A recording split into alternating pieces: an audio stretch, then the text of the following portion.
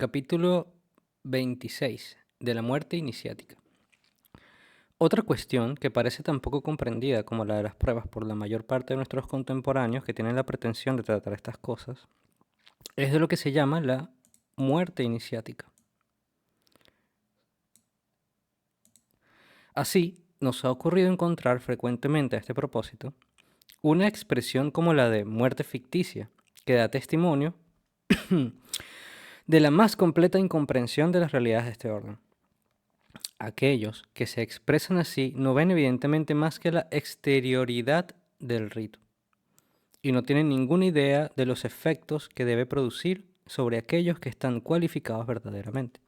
De otro modo, se darían cuenta de que esta muerte, muy lejos de ser ficticia, es al contrario, en un sentido, más real incluso que la muerte entendida en el sentido ordinario de la palabra, ya que es evidente que el profano que muere no deviene iniciado solo por eso, y que la distinción del orden profano, que comprende aquí no solo lo que está desprovisto del carácter tradicional, sino también de todo exoterismo, y del orden iniciático es, a decir verdad, la única que rebasa las contingencias inherentes a los estados particulares del ser y la única que tiene, por consiguiente, un valor profundo y permanente desde el punto de vista universal. Creo que hay que hacer una pequeña que esta separación del orden profano e iniciático y tradicional finalmente siempre se reduce a un punto de vista y que efectivamente es la mente la que hace estas distinciones o el punto de vista donde la conciencia está centrada.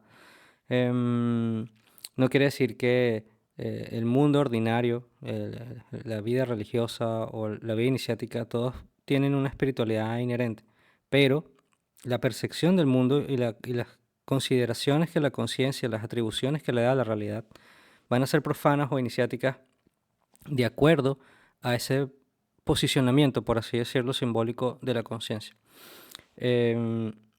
Vamos a continuar con la lectura, simplemente es que Guénon constantemente hace estas categorizaciones que son necesarias porque las personas que están iniciándose en estos vínculos de los caminos y se está vinculando a diferentes tradiciones, a veces pueden tener estas confusiones. Y bueno, que no siempre está intentando lo que hemos hablado durante toda la lectura de su libro, desarrollar una taxonomía y aclarar palabras e ideas. Pero finalmente él siempre hace de todas formas la salvedad de que esto es el punto de vista que es universal. Y la iniciación es donde se ubica, el punto de vista universal, enfocado a los principios, y por lo tanto la muerte iniciática es otro símbolo que hay que entender desde ese posicionamiento. Continuamos.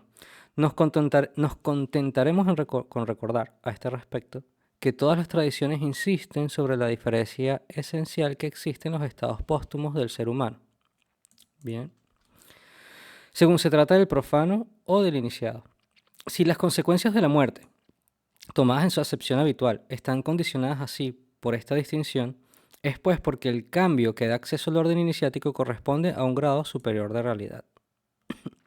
Entiéndase bien que la palabra muerte debe tomarse aquí en su sentido más general, según el cual podemos decir que todo cambio de estado, cualquiera que sea, es a la vez una muerte y un nacimiento. Entonces, creo que nos podemos quedar con este concepto de este capítulo, que la muerte en su sentido simbólico y su realidad, cuando es trascendental, que es más allá que simplemente el opuesto a lo que podríamos llamar un estado vivo o un estado muerto, realmente es un cambio de estado. La muerte es un cambio de estado a otra vida. Y recordar que todas las tradiciones insisten sobre la diferencia esencial que existe entre los estados póstumos del ser humano. Es decir, las diferentes tradiciones, por ejemplo, la islámica habla de aquellos de la derecha, aquellos de la izquierda, quiere decir aquellos que van al paraíso o a los que van a los estados inferiores del ser, al infierno, al fuego, y están los adelantados. Los adelantados son los próximos, aquellos que están.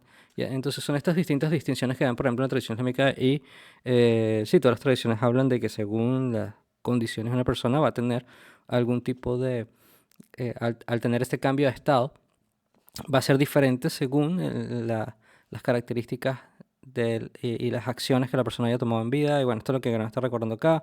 De todas formas, regresamos al tema de la muerte como un símbolo y a el símbolo de un cambio de un estado. Según que se considere por un lado o por el otro, muerte en relación al estado antecedente, nacimiento en relación al estado consecuente. Entonces, toda muerte implica en sí mismo la dualidad de una muerte es al mismo tiempo un nacimiento. La iniciación se describe generalmente como un segundo nacimiento, lo que es en efecto. Pero este segundo nacimiento implica necesariamente la muerte al mundo profano y la sigue, en cierto modo, inmediatamente, puesto que en eso no hay, hablando propiamente, más que las dos caras de un mismo cambio de estado. En cuanto al simbolismo del rito, se basará naturalmente en la analogía que existe entre todos los cambios de estado. En razón de esta analogía, la muerte y el nacimiento en el sentido ordinario simbolizan ellos mismos la muerte y el nacimiento iniciático, puesto que las imágenes que se toman de ellos son transpuestas por el rito a otro orden de realidad. Hay lugar a destacar concretamente sobre este punto que todo cambio de estado debe considerarse como llevándose a cabo en las tinieblas, lo que da la explicación del simbolismo del color negro en relación con aquello de lo que se trata, una llamada. Esta explicación conviene igualmente en lo que concierne a las fases de la gran obra hermética, que como ya lo hemos indicado corresponde estrictamente a las de la iniciación. En la obra hermética, efectivamente, el color negro corresponde a la primera etapa del nigredo. Y bueno, sí, son todos estos simbolismos de muerte en cierto sentido y cambio de estado. Sin ir más lejos, está haciendo referencia a las fases de la iniciación. Hay lugar a destacar concretamente sobre este punto que todo cambio de estado debe considerarse como llevándose a cabo en las tinieblas. Correcto. Y esta explicación del simbolismo del color negro en relación con aquello de lo que se trata y también el uso del color negro en diferentes ritos funerarios, etcétera, también puede dar esta alusión. Continuando, el candidato a la iniciación debe pasar por la oscuridad antes de acceder a la verdadera luz. Y bueno, sin un rito exotérico se utiliza el negro porque estamos pasando de la vida de Dunia, de la vida de esta realidad, de esta ilusión, a la verdadera vida. El iniciado intenta hacer esto en vida, es decir, está pasando de la oscuridad del mundo profano a la luz de la vida iniciática o de la vida en presencia del ser, del Fiat Lux, de la luz del ser infinita. Y todos los símbolos que pueda tener esta realidad trascendente. Es en esta fase de oscuridad donde se efectúa lo que se designa como el descenso a los infiernos, del que ya hemos hablado más ampliamente en otra parte, una llamada a el esoterismo de Dante. Se podría decir que eso es como una suerte de recapitulación de los estados antecedentes, por lo que las posibilidades que se refieren al estado profano serán definitivamente agotadas, a fin de que el ser pueda desarrollar desde entonces libremente las posibilidades de orden superior que lleva en él, y cuya realización pertenece propiamente al dominio iniciático. Entonces, bueno, que nos dice que este tema del descenso a los infiernos es justamente un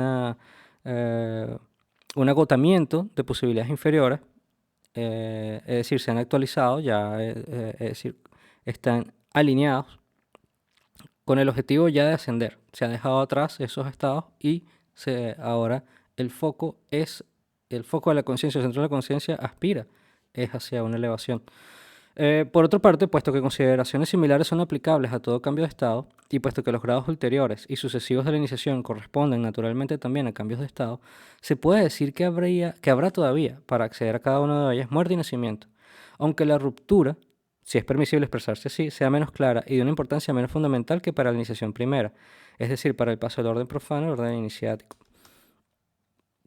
Bueno, la verdad es que este tema del descenso a los infiernos, el simbolismo de Dante, sería difícil de agotar acá y es uno de los temas que da mucha discusión, pensamiento discursivo. Yo preferiría tratar esto en otro momento porque tiene que ver con el tema del simbolismo de la cruz y bueno, ciertamente no es un símbolo que no explique y que quede completamente claro sobre todo el tema de ese descenso.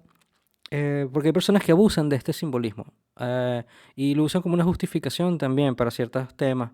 Em, y es algo que yo creo que es delicado de trabajar justamente por ese abuso que tiene. Y habría sido ideal que en estas lecturas, quizás por la época en la que vivimos, se haya profundizado más en esto. Pero bueno, vamos a volver a leer esta parte de nuevo. Puesto que consideraciones similares son aplicables a todo cambio de estado. Es decir, cuando estamos haciendo al- pasar de un dominio a otro, puesto que los grados ulteriores y sucesivos de la iniciación corresponden naturalmente también a cambios de estado. Entonces, lo que quiere decir es que luego de que la iniciación inicial pasamos del mundo profano al mundo iniciático, luego vienen otros grados. Pasaste del grado de aprendiz a compañero, por ejemplo, en la masonería, de compañero a maestro, y lo mismo se puede decir de los macams en el sufismo, y quiere decir que cada uno de estos es una um, muerte, un estado y un nacimiento uno nuevo.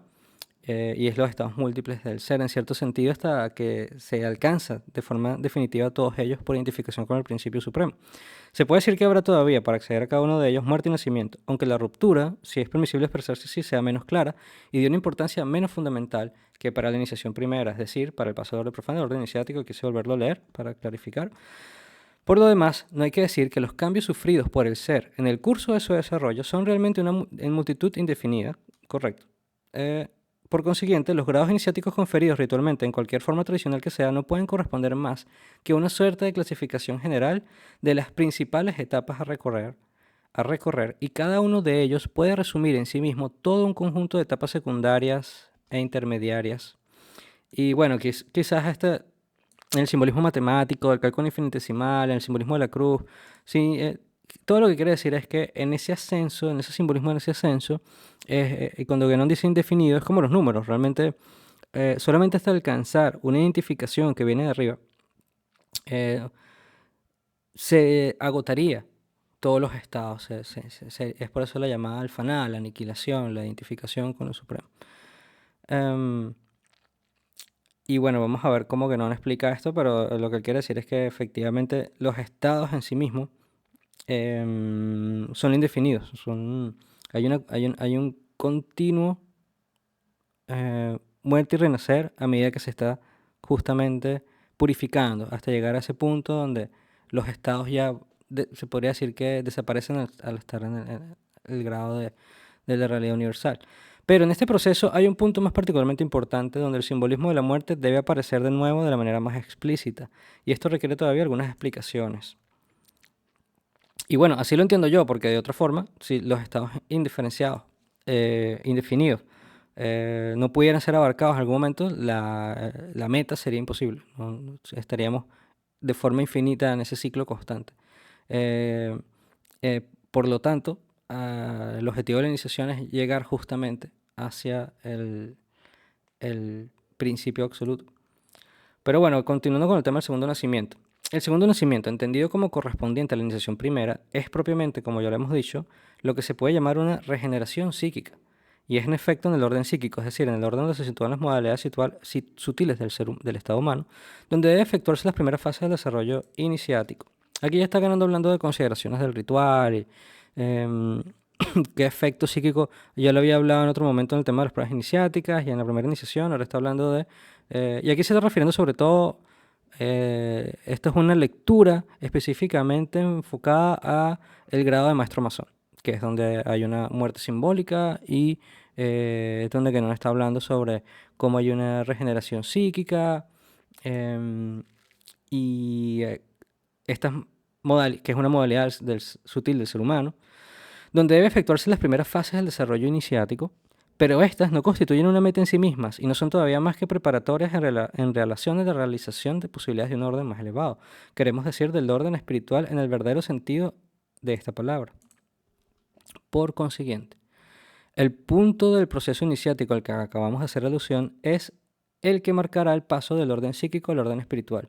Y este paso podría ser considerado más especialmente como constituyendo una segunda muerte y un tercer nacimiento. Una tercera llamada, el simbolismo masónico. En el simbolismo masónico se corresponde a la iniciación del grado de maestro, correcto, que como que ya lo dice directamente.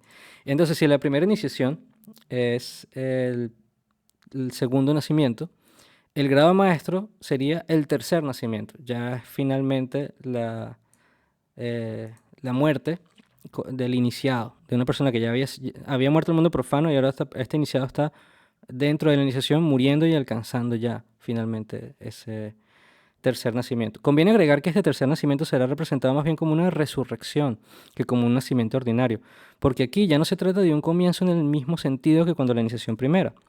Las posibilidades ya desarrolladas y adquiridas de una vez por todas deberán volver a encontrarse después de este paso. pero transformadas, de una manera análoga a aquella en el que el cuerpo glorioso o el cuerpo de resurrección representa la transformación de las posibilidades humanas. Transformación en el sentido de más allá de la forma también. Más allá de las condiciones limitativas que definen el modo de existencia de la individualidad como tal, que es la forma, etc. Entonces es un acceso a lo metafísico directamente. Es un acceso al universal. Y bueno, aquí habla del cuerpo glorioso, cuerpo de resurrección, refiriéndose efectivamente al simbolismo cristiano en la resurrección. La cuestión, llevada así a lo esencial, es en suma bastante simple. Lo que la complica son, como ocurre casi siempre, las confusiones que se cometen al mezclarse consideraciones que se refieren en realidad a algo completamente diferente. Es lo que se produce concretamente sobre el tema de la segunda muerte, a la cual muchos pretenden dar un significado particularmente enojoso porque no saben hacer algunas distinciones esenciales entre los diversos casos donde puede emplearse esta expresión. La segunda muerte, según lo que acabamos de decir, no es otra cosa que la muerte psíquica. Se puede considerar este hecho como susceptible de producirse más o menos a más o menos largo plazo después de la muerte corporal, para el hombre ordinario, fuera de todo proceso iniciático. Aquí Guénon ya se mete en algunos temas que me parecen que podrían haber tenido mucho interés en su época. Vamos a continuarlo, pero si está la creencia del Nefesh que luego de la muerte póstuma ahí está la continuidad un poco de la modalidad sutil. Vamos a ver cómo Guénon lo aborda. Entonces dice, la segunda muerte, según lo que acabamos de decir, no es otra cosa que la muerte psíquica. Se puede considerar este hecho como susceptible de producirse a más o menos largo plazo después de la muerte corporal, para el hombre ordinario, fuera de todo proceso iniciático. Pero entonces, esta segunda muerte no dará acceso al dominio espiritual, y el ser, al salir del estado humano, pasará simplemente a otro estado individual de manifestación. Y bueno, que no es lo que está recordando que tiene que ver con este tema del samsara y la continua... es decir, no es que reencarnas, porque él no defendía el tema de la reencarnación, pero sí efectivamente la persona que no ha alcanzado una realización va a pasar a otro estado individual, va a estar en esta rueda de vidas, y bueno, si lo entendemos así, incluso la transición a un estado intermediario, que puede ser como el Barzak en el mundo islámico, que es este estado intermediario de las personas que están esperando el juicio final, o incluso el paraíso, en el caso de Alcanzar el paraíso, sigue siendo un estado, o se describe como un estado en cierta forma individual, porque mantienes en cierta forma se habla de la continuidad de la persona, ya sea en otro estado. Ah, pero bueno, sin ir más allá, ya estos temas, todo lo que tiene que ver con los estados póstumos, es imposible, yo creo, para nuestras mentes actuales de hacerse una idea adecuada. Simplemente le podemos hablar de ellas a nivel simbólico. Eh, en eso hay una eventualidad temible para el profano, para quien son todo ventajas mantenerse en lo que hemos llamado los prolongamientos del estado humano. Lo que por lo demás, ya, ¿qué dice acá? En eso hay una eventualidad temible para el profano, para quien son todo ventajas mantenerse en lo que hemos llamado los prolongamientos del estado humano, lo que por lo demás es en todas las tradiciones la principal razón de ser de los ritos funerarios. Pero es muy diferente para el iniciado, puesto que éste no realiza las posibilidades mismas del estado humano, sino para llegar a rebasarlas. Y puesto que debe salir necesariamente de este estado sin tener necesidad de esperar para eso a la disolución de la apariencia corporal para pasar a los estados superiores. Bien, dice básicamente que en estos párrafos habla de que la persona profana, que está enfocada solamente a lo individual, a pasar de su modalidad corporal, queda en este estado que sigue siendo individual, el iniciado efectivo, que ha alcanzado o ha trascendido su identificación con el cuerpo, incluso con su mente individual, ya está enfocada hacia otros estados que se pueden llamar superiores o metafísicos. Agregaremos todavía, para no omitir ninguna posibilidad, que hay otro aspecto desfavorable de la segunda muerte, que se refiere propiamente a la contrainiciación. Esta, en efecto, imita en sus fases la iniciación verdadera, pero sus resultados son en cierto modo al revés de esta, y evidentemente no puede conducir en ningún caso al dominio espiritual, puesto que al contrario no hace más que alejarse de él cada vez más. Y bueno, que no lo que está haciendo es acá el ejercicio de que que sería lo contrario de la iniciación. Cuando el individuo que sigue esta vía llega a la muerte psíquica, no se encuentra en una situación exactamente semejante a la del profano puro y simple, sino mucho peor todavía, en razón del desarrollo que ha dado a las posibilidades más inferiores del orden sutil. Pero no insistiremos más en ello y nos contentaremos con remitir a las alusiones que ya hemos hecho al respecto en otras ocasiones. 4. El reino de la cantidad de ilusión de los tiempos. Ya que, a decir verdad, ese es un caso que no puede presentar interés más que bajo un punto de vista muy especial y que no tiene absolutamente nada que ver con la verdadera iniciación. Esto es, de nuevo, el reino de la cantidad de ilusión de los tiempos. Ya que, a decir verdad, ese es un caso que no puede presentar interés más que bajo un punto de vista muy especial y que no tiene absolutamente nada que ver con la verdadera iniciación. La suerte de los magos negros, como se dice comúnmente, no les concierne más que a ellos mismos, y sería por lo menos inútil proporcionar un alimento a las divagaciones más o menos fantásticas a las que este tema da lugar ya demasiado frecuentemente. No conviene ocuparse de ello más que para denunciar sus desmanes cuando las circunstancias lo exigen, y para oponerse a ellos en la medida de lo posible.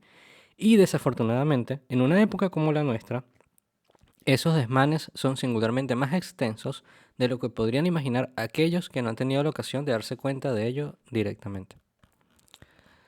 Perfecto. Y el próximo capítulo, capítulo 27, ya es hablando sobre nombres profanos y nombres iniciáticos.